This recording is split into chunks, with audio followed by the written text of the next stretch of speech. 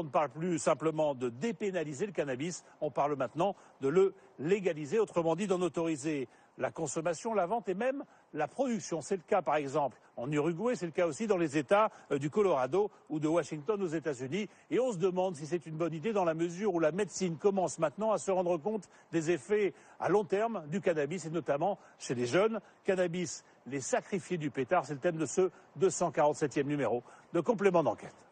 Vous fumiez combien là, à peu près à cette période? À peu près 20 joints. Par jour? Par jour, ouais. Parce qu'en fait, quand on commence le cannabis, on fume une fois, on tire 2-3 tafs. On est tout de suite, on sent l'effet, quoi. Mais après, il faut chaque fois plus pour avoir cet effet.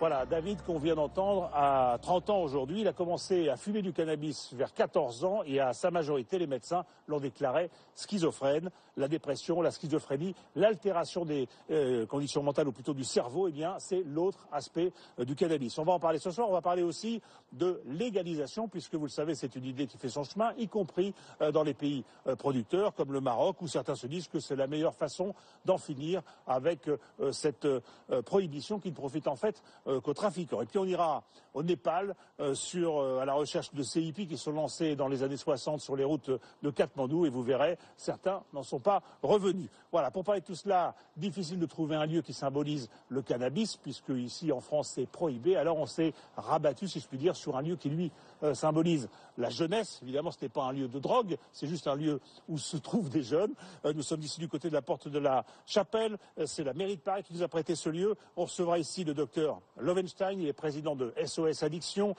maître Caballero, qu'on ira voir, et lui milite beaucoup pour la légalisation. Et puis la présidente de la MILT, la mission de lutte contre les drogues, Daniel Jourdain-Ménager. On commence par l'enquête de Nathalie Sapena, Lou Cricorian et Frédéric Prigent sur ces conséquences assez méconnues du cannabis. Et pour réagir, tweeter et commenter, le mot-clé, bien sûr, c'est d'enquête.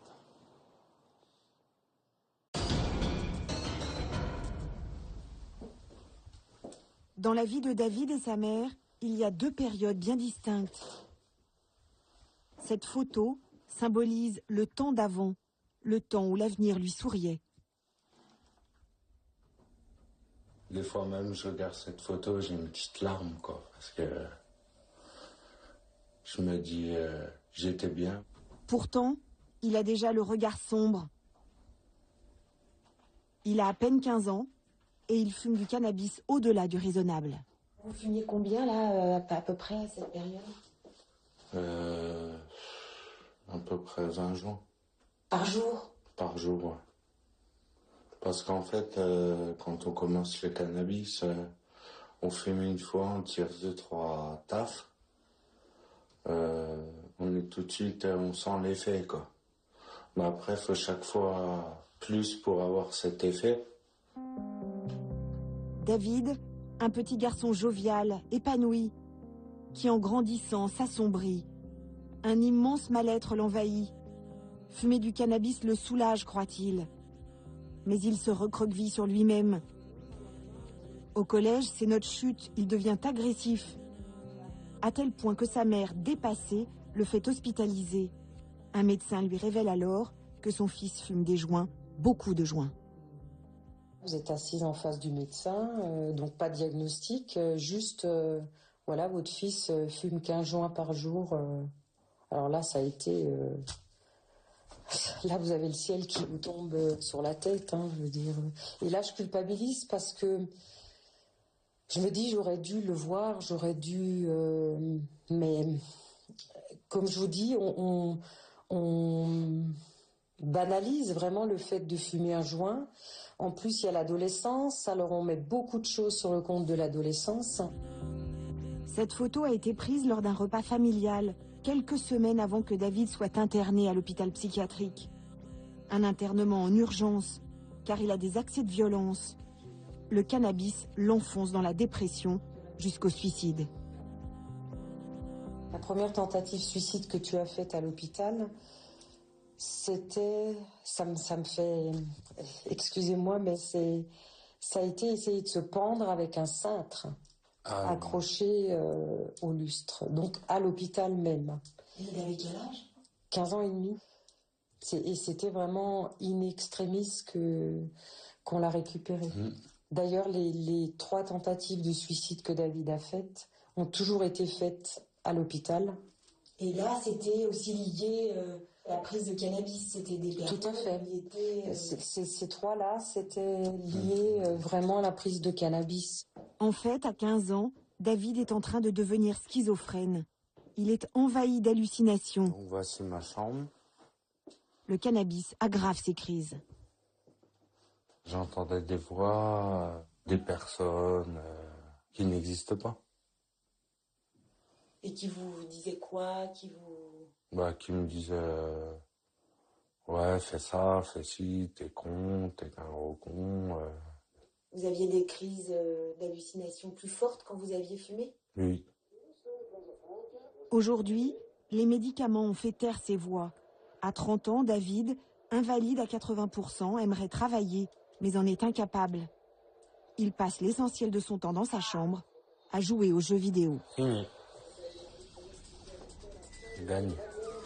David serait-il devenu schizophrène s'il n'avait pas fumé de pétard à l'adolescence? C'est l'une des grandes questions qui agitent le corps médical, alors qu'il n'y a jamais eu autant de jeunes fumeurs.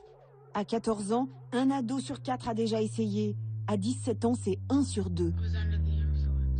La France, championne d'Europe du cannabis chez les mineurs. Les médecins tirent la sonnette d'alarme. À cet âge, les dégâts peuvent être irréversibles. Le début de l'adolescence est clairement une période à risque puisque c'est un moment où le cerveau se développe beaucoup. En quoi le cannabis altère-t-il la santé mentale de ces jeunes adeptes? Quels sont ses effets à long terme? Et comment les parents peuvent-ils réagir face à des ados métamorphosés par cette plante? Je ne le reconnaissais pas. Et surtout, il y avait le fait que je ne le reconnaissais pas et le fait que je ne savais pas ce qu'il allait devenir. Le cannabis, une drogue pas si douce.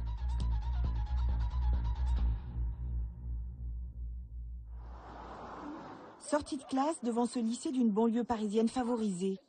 Nous sommes vendredi soir, le moment de décompresser pour ces élèves de 15 à 17 ans. Et pour se détendre, rien de tel qu'un joint. Devant notre caméra, ils nous montrent volontiers leurs provisions de cannabis planquées au fond des poches. Et ça, c'est de la beuh, c'est la plante. Lui, c'est de la résine. Montre. Ils sont en seconde et en première, et ils fument ici en toute impunité. Tout le monde fume ici. Ouais, la majorité des gens. Vous êtes parfois réprimandé par les profs. profs. Non, les profs, ils voient jamais. Alertés par notre caméra, la proviseure vient nous voir. Bonjour. Jeune qui fume du cannabis ici? Mais elle esquive la question du cannabis chez ses élèves. Des élèves désinhibés au point de brandir leur joint dans le dos de cette enseignante qui ne veut rien voir. Là, il y en a qui sont en train de fumer des joints derrière vous.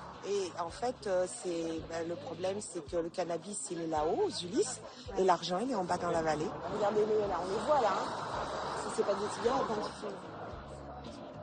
Je sais pas, là, moi, je ne peux pas juger. Ah, ça, c'est vous qui le dites. Hein. On sent l'odeur là. Ça, on peut sentir On les l'odeur. voit là. Oui. Là, ça sent pas trop, non? Non, je la connais bien, l'odeur. Certains de ces lycéens fument depuis qu'ils ont 13 ou 14 ans, et plusieurs fois par jour.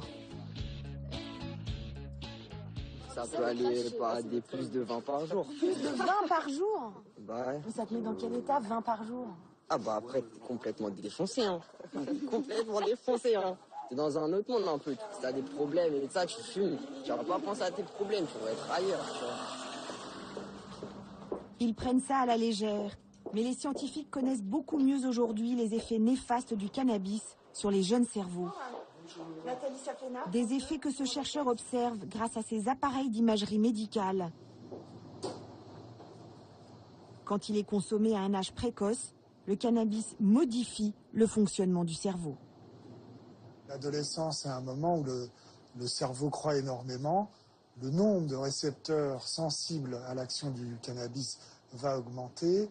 Il y a tout un tas de fonctions qui sont immatures, comme les fonctions de contrôle de l'impulsivité, comme le contrôle du plaisir, de la frustration. Toutes ces fonctions immatures vont être très sensibles à l'effet du cannabis. Pire encore, des effets se font sentir des années plus tard. Exemple avec ces tests de mémoire chez 3 groupes d'adultes. Les résultats sont sans appel. Ceux qui ont fumé du cannabis à 14 ans à gauche, ceux qui ont commencé à 18 ans et ceux qui n'ont jamais fumé. On voit que si on prend une personne qui a débuté tôt à l'adolescence, en moyenne, il y a une baisse des performances qui est plus forte que s'il a commencé plus tard. D'où l'importance pour les parents de réagir très vite, ce qui n'est pas toujours facile. Tu vas bien ? Étienne est étudiant en droit. Quand il commence à fumer, il est en 3e. L'escalade est rapide. En quelques mois, il passe à 7-8 joints par jour. À l'époque, sa mère s'en rend compte. Mais la communication devient vite impossible. À ces doses-là, Étienne vit au rythme des joints, entre euphorie et repli sur lui-même. La période de redescendre ne donne pas envie de vivre comme on vivrait normalement. Enfin, on n'est pas stimulé à aller parler avec sa famille, à faire ci, à travailler. Donc c'est dangereux dans la mesure où on se préoccupe pas de ce qui se passe autour de nous, en fait. Et c'est ça le véritable problème, je pense. Sa mère réalise qu'il est en train de se détruire. Il sèche les cours, il se met à voler de l'argent. Un soir, une dispute tourne mal et l'adolescent lève la main. Il avait des espèces de sautes d'humeur qui pouvaient le rendre effectivement brutal. On en est venu aux mains. Il s'est levé, il s'est jeté sur moi et il m'a plaqué au mur. Et bon, il s'est rendu compte, le temps que ça monte au cerveau, comme on dit, il s'est rendu compte, il a réalisé la gravité de ce qu'il était en train de faire. Et puis effectivement, il s'est mis à pleurer. Mais pour moi, on était allé... voilà, le plus loin que je puisse. D'ailleurs, je ne pouvais pas l'imaginer, mais effectivement, là, c'était allé vraiment, vraiment très, très loin. La crise est profonde, la famille au bord de l'explosion. Mais sa mère ne baisse pas les bras. Étienne doit arrêter le cannabis. Elle emmène son fils chez des psys, elle le harcèle pendant des mois. Je ne te laisserai pas tomber, tu peux faire ce que tu veux, moi je sais ce que je suis en train de faire et je te prends, je te porterai jusque là où je veux que tu ailles et ça durera 10 ans tu mourras sur ton dos. Donc je disais arrête le plus tôt possible parce que comme ça ce sera fini et c'était vraiment ce que je disais. Et ensuite on rentrera dans une relation normale où tu pourras aller venir sans que chaque fois je te regarde de travers pour savoir ce que tu as fait pendant que tu es hors de la maison. La stratégie a fini par payer. Aujourd'hui, Étienne n'est plus accro au cannabis. Il a renoué avec sa mère et sa sœur et se passionne pour ses études de droit. Mais parfois, la famille est impuissante. À l'hôpital psychiatrique Sainte-Anne à Paris, nous avons rencontré Thomas, enfermé ici à la demande de ses parents depuis 3 semaines. Un coup de tonnerre dans la vie de cet étudiant de 22 ans en école d'ingénieur. Le cannabis qu'il fume sans retenue depuis l'adolescence a agi comme le révélateur d'une pathologie psychiatrique. Bonjour. Bonjour, monsieur. Enchanté. Vous avez donc arrêté le traitement ou comment Une maladie qu'il portait en lui sans le savoir. J'ai été diagnostiqué donc des troubles de l'humeur. Et donc je souffre d'un trouble bipolaire de type 1, je peux passer d'un état maniaque à un état dépressif. Des gens qui, on va dire, ont des signes peut-être avant-coureurs d'une pathologie, encore une fois psychiatrique, peuvent, avec le cannabis, déclencher la maladie. Alors qu'il ne l'aurait pas déclenché forcément s'il n'avait pas fumé. C'est difficile à dire, c'est-à-dire que souvent quand même, ce côté donc biologique fait qu'on entrera dans la maladie plus tardivement, mais effectivement la consommation de cannabis, une fois elle a été initiée, surtout si elle a été initiée, on va dire dans la plus grande jeunesse, généralement là ces derniers temps c'est 12-13 ans, au moins il y a un risque plus élevé d'entrer plus rapidement dans la maladie. Cela fait déjà 2 fois que Thomas est hospitalisé pour bouffée délirante aiguë. À chaque fois, le même délire provoqué par les joints. Il se prend pour Dieu. Ouais. Vous pensez que ça va être difficile pour vous d'arrêter le cannabis? Non, j'ai envie d'en fumer parce que j'adore le goût, parce que j'adore l'effet. Mais voilà, je suis prêt à faire ce sacrifice parce que j'ai déjà trop perdu à cause de ça. C'est-à-dire trop perdu C'est-à-dire, c'est ma dernière chance avec l'école. J'ai fait beaucoup de mal à mes proches à cause des épisodes délirants que j'ai eus, de ce que j'ai pu dire, ce que j'ai pu faire. Je le regrette, évidemment. Thomas devra prendre à vie des médicaments et bannir à jamais le cannabis. La prescription est la même pour David, le jeune schizophrène. On s'embrasse toujours. Il va mieux depuis quelque temps.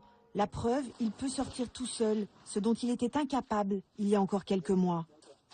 Ça va et toi? Ça va. Ça va faire. Ça va, oui. Ça va, ça va. Il passe désormais tous ses après-midi dans ce club. Ici, tout le monde l'a adopté. Il fait même partie de l'équipe de foot.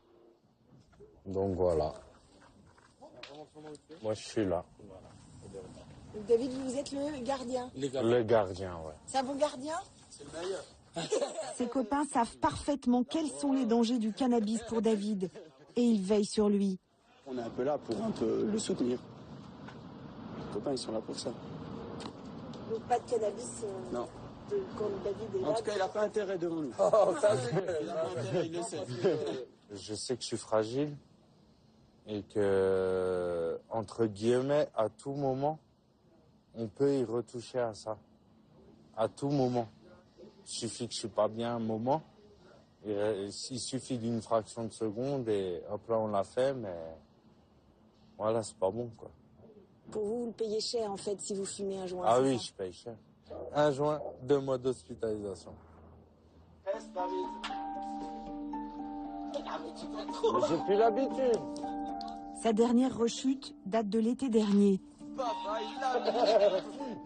Elle lui a effectivement valu 2 mois à l'hôpital psychiatrique. Elle est belle.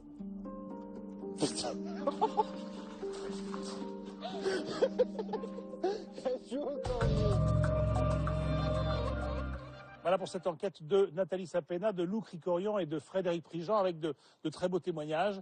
Et on est ici avec vous, docteur Lovenstein, dans ce skatepark, comme on dit. C'est pas un lieu de drogue, hein, c'est pas ce qu'on veut dire par là, c'est un lieu de jeunesse. Enfin, on est du côté de la Porte de la Chapelle, qui lui est un lieu où ça deal pas mal. Et vous, on vous connaît beaucoup pour la clinique dont vous occupiez il y a quelque temps. Et là, maintenant, vous êtes spécialiste des addictions et vous lancez cette association qui s'appelle SOS Addiction, avec comme devise le pouvoir d'informer, le devoir de protéger.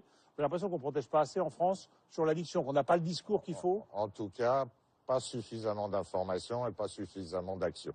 Bon. Donc, que tout le monde se mobilise, on va en parler. Alors, sur ce lien éventuel entre, parce qu'on parle que du cannabis, le cannabis et schizophrénie et problèmes mentaux, développement du QI, enfin, etc., etc. Est-ce qu'il y a un lien avéré aujourd'hui entre les deux? Maintenant, oui. Très longtemps, les avis scientifiques, les études ont été divergents, voire contradictoires. Maintenant, c'est plus clair. C'est-à-dire que l'on sait que sur certains cerveaux vulnérables, parfois chez l'adulte avec déjà une maladie mentale, mais surtout chez l'adolescent avec ce cerveau en formation, nous allons avoir une possibilité de précipiter une maladie mentale. Ça ne veut pas dire que ça va concerner tout le monde. C'est une maladie qu'on aurait développée quoi qu'il arrive, peut-être plus tard. Très vraisemblablement, parce qu'on explique dans le reportage que le cerveau évolue encore beaucoup à l'adolescence. Il y a les connexions neuronales qui se fabriquent. Et c'est là que le cannabis vient s'intercaler et perturber le fonctionnement. C'est l'organe qui met le plus de temps à maturer. Il faut attendre 25 ans pour que notre cerveau soit formé. Donc, quand il y a une substance comme le cannabis ou l'alcool qui vient frapper pendant cette formation, ce qui n'a pas été sculpté pendant cette période d'apprentissage ne le sera plus jamais. Sur la schizophrénie, soyons clairs, il y a 14 millions de Français entre 11 ans et 75 ans qui ont déjà fumé. C'est pas 14 millions de schizophrènes, même si certains se prennent pour le sélectionneur de l'équipe de France ou le président de la République. Mais ce sont des personnes qui, comme des allergiques en quelque sorte, sont plus fragiles que d'autres. D'où l'importance des consultations de repérage, des consultations jeunes consommateurs, de ces consultations qui vont dire attention pour vous, c'est dangereux. C'est quoi la limite? On parlait de 14-15 ans, où là il faut retarder, c'est vraiment 18 ans, c'est 22 ans, c'est quoi? Vraiment, si notre pays pouvait se dire mieux vaut jamais, ça a été dit, on sait que ça a ses limites, mais surtout mieux vaut tard que trop tôt. Donc 17-18 ans, c'est déjà très jeune. Or on voit que les usages sont en train de glisser vers la 4e, vers la 5e, c'est-à-dire vers 13 ans, 12 ans. C'est beaucoup trop jeune. On est champion d'Europe pour les jeunes. Voilà, on sur est la consommation de cannabis. On a les adolescents les plus drogués d'Europe, malgré notre politique de prohibition. Pour être tout à fait clair, fumer du cannabis très tôt, ça veut dire déscolariser, ça veut dire des mauvais résultats scolaires, désocialiser, etc. Ça, c'est l'effet immédiat. Et ça peut déclencher plus tard des maladies mentales, la schizophrénie. Mais pas pour tous. Comme pour l'allergie. Donc c'est ce repérage et ces consultations jeunes consommateurs qui sont promues par la MIL, par la DGS, par la Fédération Addiction. Pour aller et détecter les pour jeunes savoir, qui peuvent être sensibles, etc. L'Allemagne n'a pas changé la loi, elle a fait du sanitaire. Elle a dit attention, c'est dangereux pour vous, et elle obtient des résultats nettement meilleurs que les nôtres. Alors nous, on le fait pas. On peut. Non, c'est parce que quoi? C'est parce que c'est interdit le cannabis et qu'on ne peut pas avoir de vrais discours de santé et de prévention. Eu de discours clair. On a pensé que la loi, avec son interdiction, allait tout faire ou presque.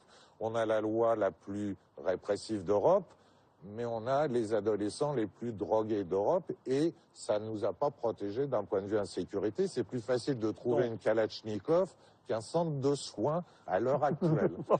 Assez étonnant de Romain Bouty, d'Olivier Gardette et de Vincent Buchy.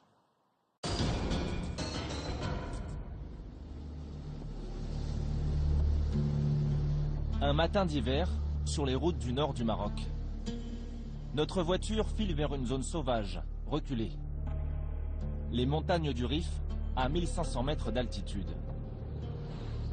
À nos côtés, Kenza El Khali, une députée de cette région, l'une des plus défavorisées du pays. Regardez comment sont les maisons. C'est pauvre. C'est une région qui est plus ou moins isolée, il fait froid. Les habitants sont dans des conditions très, très rudimentaires. Elle nous emmène vers la capitale historique du cannabis. Nous voici à Ketama. Il y a ici beaucoup de cultivateurs, mais surtout des trafiquants, qui tiennent la ville depuis longtemps. Autant dire que l'arrivée de l'élu, avec notre caméra, passe ici pour une intrusion. Vas-y, avance. Avance un peu, là. Je préfère qu'on n'attire pas beaucoup l'attention. Il faut qu'on aille filmer. Avance un peu, va te garer là-bas, ce sera plus discret. Ici, tout le monde la connaît. Elle et son projet révolutionnaire. Elle veut en finir avec l'exploitation des cultivateurs par les trafiquants en légalisant la culture du cannabis à des fins thérapeutiques. Et évidemment, son projet ne ferait pas les affaires des trafiquants. C'est donc à l'écart de la ville qu'elle entame sa campagne de sensibilisation auprès des paysans du coin. Moi, je suis du parti de l'Istiklal.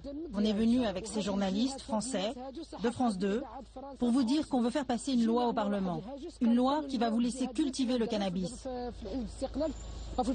Oui, vous savez, les plantations, on va toutes vous les laisser. Ce qu'on veut, c'est rééquilibrer un peu la balance.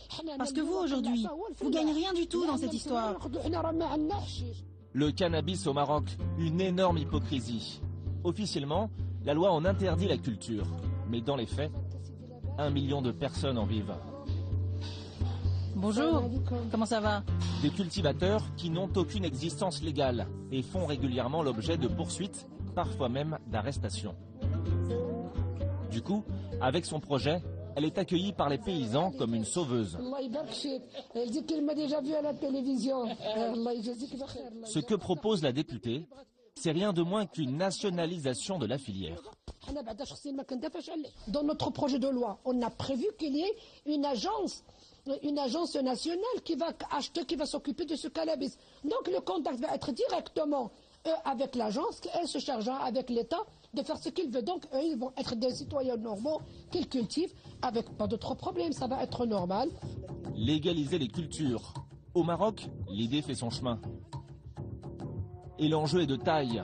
Sur une zone grande comme un département français, l'été, les plants de cannabis recouvrent des vallées entières dans le Rif, au vu et au su de tous. Un trafic qui rapporterait 13 milliards d'euros chaque année, l'équivalent de 10% du PIB marocain. Mais sur place, à qui profite vraiment ce marché parallèle?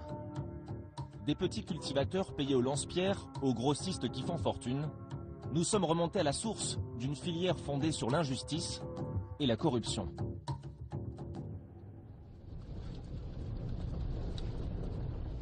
Notre enquête commence près d'un village reculé du Rif.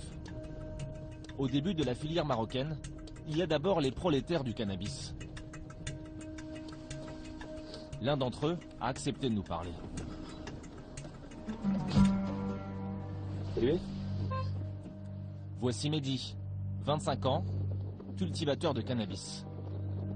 Vous ne verrez pas son visage, car il vit dans la peur, à la fois de la police et des trafiquants. Il faut marcher 2 heures pour rejoindre son village, entouré de champs de kiff, le nom du cannabis au Maroc. Ici, dans cette vallée, il y a beaucoup de kiff. Un peu partout, oui. Moi, j'en ai un peu en bas, là, un peu par là. Chacun a des petites parcelles de 3 ou 4 hectares. Ici, c'est que des petits cultivateurs? Ah oui, que des petits, pas des gros.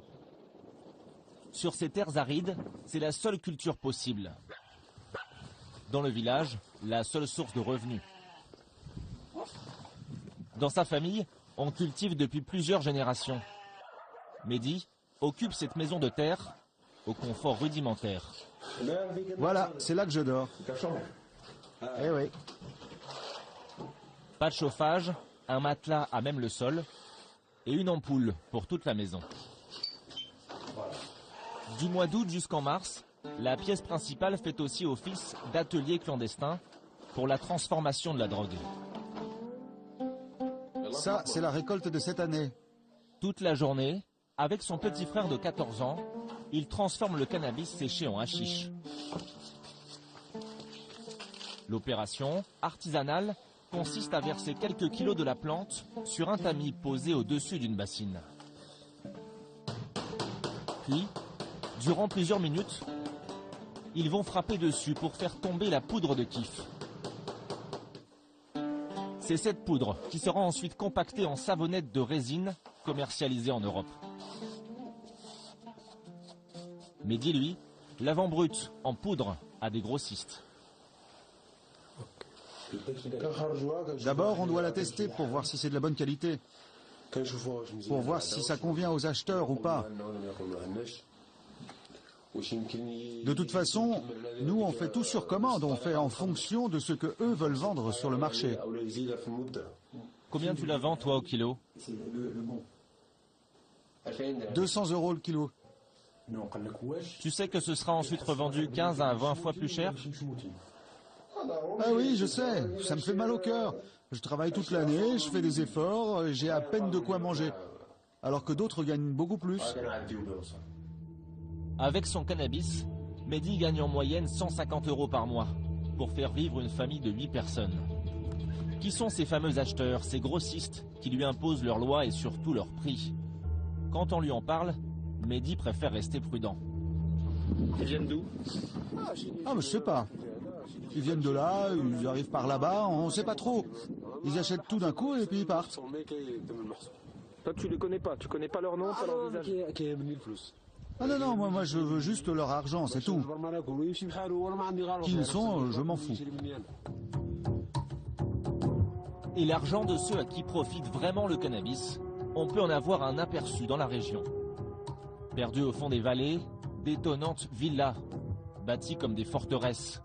Ce sont des maisons comme celle-ci qu'occupent les grossistes, et leur argent leur assure une quasi-impunité. C'est ce que nous allons comprendre en rencontrant l'un d'entre eux. Nous nous faisons passer pour des acheteurs étrangers à la recherche de 300 kilos de hashish. Un guide complice, une caméra cachée, et c'est parti. Bonjour. Bienvenue au Maroc. Merci. Notre fournisseur a envoyé sa fille pour nous guider jusqu'à lui. elle n'a pas l'air surprise de voir des Occidentaux s'aventurer dans ces montagnes. Il y a des acheteurs qui viennent de partout jusque chez nous. Toute l'Europe vient dans cette belle terre, je vous assure. D'Angleterre, de Slovénie, des Pays-Bas, de partout. Dans la région, la famille est bien connue, elle a réussi. En plus de ce pied-à-terre, elle possède plusieurs maisons à Tanger, Fès ou encore Tétouan. Le patron a la cinquantaine. L'accueil est chaleureux et à peine arrivé, il nous emmène dans son garage pour nous montrer son stock. Comment? C'est bon ça? Un tas de cannabis séché remplit la pièce. L'odeur prend à la gorge. T'as combien là? Il y a combien? 400, 500 kilos. Avant, il était plein. Il dit vendre 2 tonnes par an. Et nous lui faisons croire qu'une commande de 300 kilos nous intéresserait. Un échantillon nous est proposé. Regardez. Là, celui-ci, c'est combien? Ça, c'est du dire 1 gramme. 1000 le kilo. Oui. 1000 € le kilo, c'est 5 fois plus que le prix de Mehdi, le petit cultivateur. Ils peuvent se permettre une telle culbute, car ils maîtrisent une phase cruciale dans ce business, le transport. Est-ce que vous êtes capable de faire le transport ou pas? Le bâton, c'est bien si le bâton, tu vas regarder la place, tu passes le bâton. Vous comprenez? 3 jours, on regarde 3 jours, tu mets le bâton, tu parles au rien.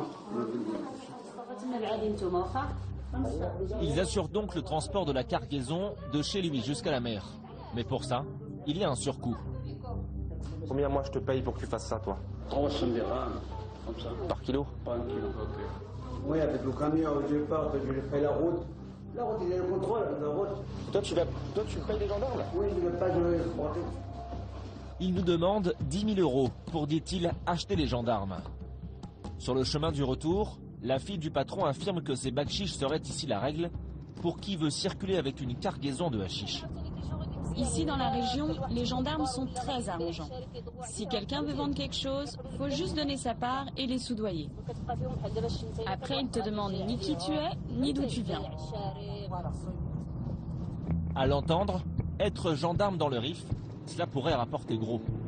D'ailleurs, cette région, pourtant austère, serait la plus prisée des militaires, qui se bousculeraient pour être mutés ici. La corruption de certains membres des forces de l'ordre peut être une des raisons pour lesquelles chaque année, 2000 tonnes de hashish parviennent à quitter le Maroc pour l'Europe.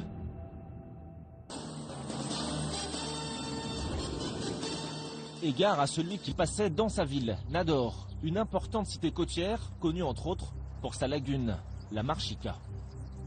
Il n'y a pas si longtemps, elle était réputée pour être l'un des points de départ stratégiques des fameux Zodiacs. Ces puissants hors-bord pouvant atteindre les 100 km/h filaient vers les côtes espagnoles, chargés de tonnes de hashish. À Nador, on comptait jusqu'à 30 départs par jour en 2007. Un trafic qui, selon Chakib, ne pouvait se faire que sous l'œil complice des militaires locaux. Selon lui, les gardes-côtes avaient mis en place un système de péage dans la lagune. C'est ça la lagune de Marchika. Vous voyez? Et ici, il y a un poste fixe des forces auxiliaires qui surveille cette lagune. D'accord? Donc j'ai dit comment ces Zodiacs ils sont pu entrer. Et sortir et entrer encore. Ça prouve que les membres sécuritaires qui surveillent la lagune sont appliqués tout facilement. Pour avoir dit tout haut ce que beaucoup savaient, Chakib a été arrêté et inculpé pour atteinte au corps constitué.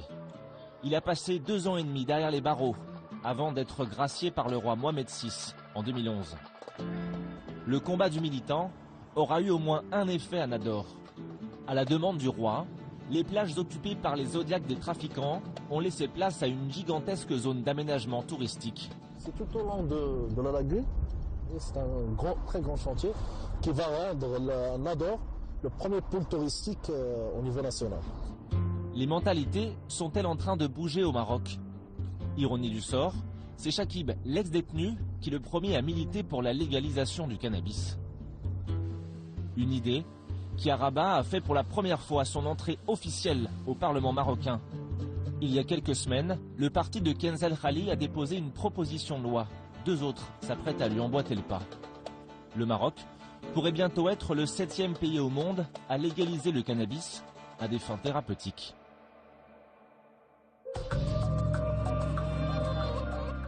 On va continuer, et puis en rêvant de cette France où tout le monde sera cool parce qu'il sera au Canada. Ben, on sera déjà plus cool qu'aujourd'hui, oui.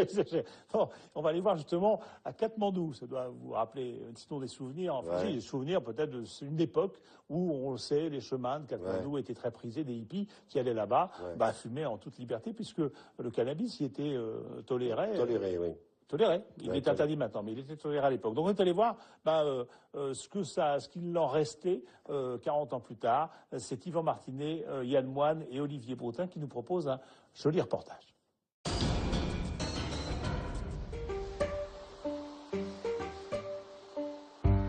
Quand il ne prie pas, Cheitan Ashri est guide. Bonjour. Attendez, j'ai vu un truc là. Dans ce champ en jachère, sous ses pieds, du cannabis, partout. Regardez, il y en a partout. Partout. Regardez ce gros plan là, c'est dingue. Magnifique. Pour ce jeune hindouiste, le cannabis, c'est avant tout une plante sacrée, un cadeau du dieu Shiva. Alors, il ne cache pas sa joie devant une telle abondance.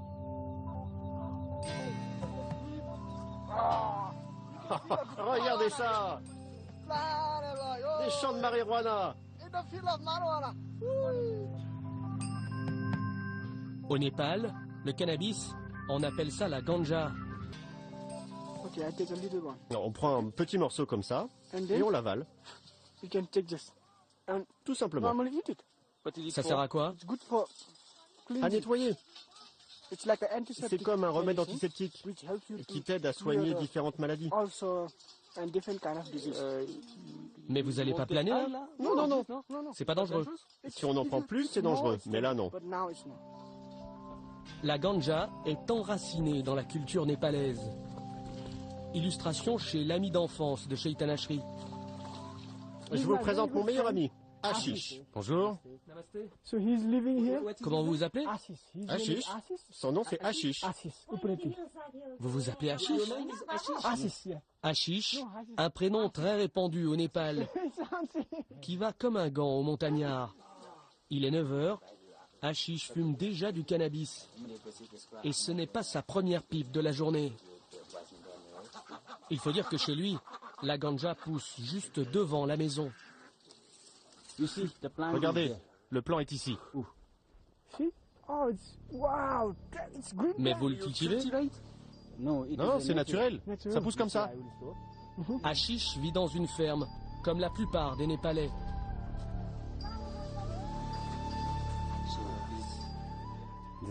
Voici la chambre des enfants. Il garde des bêtes dans la vallée. Il est aussi guide quand il peut. Il gagne ainsi 13 000 roupies par mois, environ 90 €. C'est ici qu'on fait dormir les chèvres, pour les mettre à l'abri des tigres. La nuit, ils sont nombreux dans la région. Enfin, ce sont des léopards plutôt. Et ici, c'est la cuisine. Une vie spartiate. Alors ce que donne la nature, on le prend. La ganja comme le reste. Et quand il faut allumer le feu, ce sont des pieds de cannabis séchés que brûle sa femme. La ganja intègre même l'alimentation. Avec ses graines, Ashish prépare l'odzar, un plat qui accompagne les légumes au quotidien. C'est une mixture comme une sauce. C'est très bon. Avec ces graines, on prépare aussi de l'huile pour cuisiner. Ces graines de cannabis n'ont aucun effet psychotrope, contrairement aux feuilles. Ashish en émiette une bonne poignée dans cette mixture de farine et d'eau. De quoi planer un bon moment. Les amateurs de cannabis appellent ça un space cake. C'est bien plus fort qu'un joint. C'est à Ayla qu'Ashish va donner cette préparation. Ayla, son veau de 7 mois. Je leur en donne une fois par semaine, ou tous les jours si nécessaire. Ça booste leur métabolisme, leur système digestif. Comme ça, ils deviennent grands et forts. Et vous donnez aussi de la ganja aux êtres humains? Oui, dans notre médecine hindouiste traditionnelle, il y a différentes manières de consommer la marijuana, en plus de la fumer. En la mêlant à de la nourriture, aux boissons. Au Népal, la consommation de cannabis est pourtant interdite. Mais dans les faits, jamais la police n'est venue demander de compte aux habitants du coin. Sans doute parce qu'ici, le cannabis est une plante sacrée. Il suffit de passer par Pashupatinath, le principal temple de Katmandou, pour se rendre compte que la ganja y est sur toutes les lèvres des sadhus. Les sadhus, ces religieux qui renoncent à tout, parfois même aux vêtements, pour ne se consacrer qu'à leur foi. Mais il y a une chose à laquelle ils ne renoncent jamais, le cannabis. Kali Baba est l'un d'eux. À 81 ans, voilà 70 ans qu'il fume, et pas qu'un peu. J'ai commencé à fumer de la ganja à l'âge de 11-12 ans. Vous fumez combien de pipes chaque jour? Oh, 16. Oui, 16. Dans la liturgie hindouiste, la ganja, c'est une manière de communier entre individus et avec les dieux. La pipe fait ainsi le tour de l'assemblée avant de revenir au sadhu. Ça apaise l'esprit, la pensée. Disons que ça la purifie. Grâce à ça, je ressens le dieu Shiva quelque part en moi. Cette culture imprégnée de cannabis, sa spiritualité, à la fin des années 60, c'est ce qui a fait de Katmandou une destination mythique pour toute une génération hippie. Le Népal est alors l'un des rares pays à ne pas avoir encore interdit le cannabis. Pancha Kumir Chetri est policier dans ces années-là. Il a aujourd'hui 89 ans et vend des colliers dans son échoppe. Mais les babacools défoncés, il s'en souvient très bien. Les hippies vivaient dans des endroits pas très propres. Ils fumaient, dormaient, riaient, dansaient, et c'est tout. Vous avez l'air nostalgique. Oui, c'était le bon temps. Avec eux, il n'y avait pas de bagarre, pas de violence. La police n'avait quasiment rien à faire. Il n'y avait pas de crime, que de la bonne humeur. Pancha Kumir est alors très copain avec tous ces hippies. Regardez, ça se passait juste là. C'est sur ce carrefour que s'installaient les vendeurs. Tout policier qu'il est, il n'a... Et de ce côté et de celui-ci. Il s'asseyait là, par terre, sur une couverture, et il vendait. Quelle quantité? Parfois 1 kilo. Parfois 500 grammes. Et c'était cher? Non, pas du tout. Dans la rue, quoi, on nous passait le pétard comme en disant bonjour, quoi. C'était un truc très, très naturel. Sylvie et François Jouffa ont fait le voyage dès 1969 en pionnier. À l'époque, lui a à peine plus de 20 ans. Il est journaliste. Il y a une telle fascination pour Katmandou que lorsqu'on apprend que je pars sur place, les plus grands journaux me demandent de faire quelque chose pour eux. Voilà l'Express, l'Aurore, Mademoiselle Ashton, salut les copains, reportage sur les hippies. Ce sont les articles de François Jouffa qui vont donner envie à toute une génération de se rendre au Népal. Une quête d'ailleurs, de renouveau. Ça a été un vrai voyage initiatique. Et d'ailleurs, personnellement, je n'en suis jamais complètement revenu. En revanche, pour des jeunes gens déçus de mai 68, qui partaient sans savoir où ils allaient, mais qui fuyaient finalement un quotidien désenchanté et qui se retrouvaient là-bas, pour eux, ça a été la porte de l'enfer. Je vais vous montrer quelques souvenirs. Philippe Glohagen, créateur du Guide du Routard, se rend là-bas en 1971 et en autostop. Istanbul, l'Iran, l'Afghanistan, et voilà, et on arrive à la frontière. Un périple de 7000 km. Sur place, lui qui ne fume pas est sidéré par ce qu'il découvre. La ganja figure même au menu des restaurants. Free Cosmic Hashish Party, variété de gâteaux au hashish, des cookies avec du café, vous pouvez prendre du thé et d'autres nourritures seront servies. Le plaisir, Evenli qui vous conduit au ciel. Free Cosmic Hashish Party, ça veut dire que les joints sont compris dans le menu. Oui, voilà, Katmandou, tout est compris. À Katmandou, tout est permis. Alors les hippies en profitent, consomment sans retenue. Mais très vite, le piège de la drogue va se refermer sur eux. Moi, toute seule là-bas, j'aurais peut-être sombré avec d'autres, hein, parce qu'on se laissait vite entraîner. J'ai eu une expérience, on m'a donné justement de l'herbe mêlée à de l'opium, et j'ai vraiment eu un trip un peu bizarre.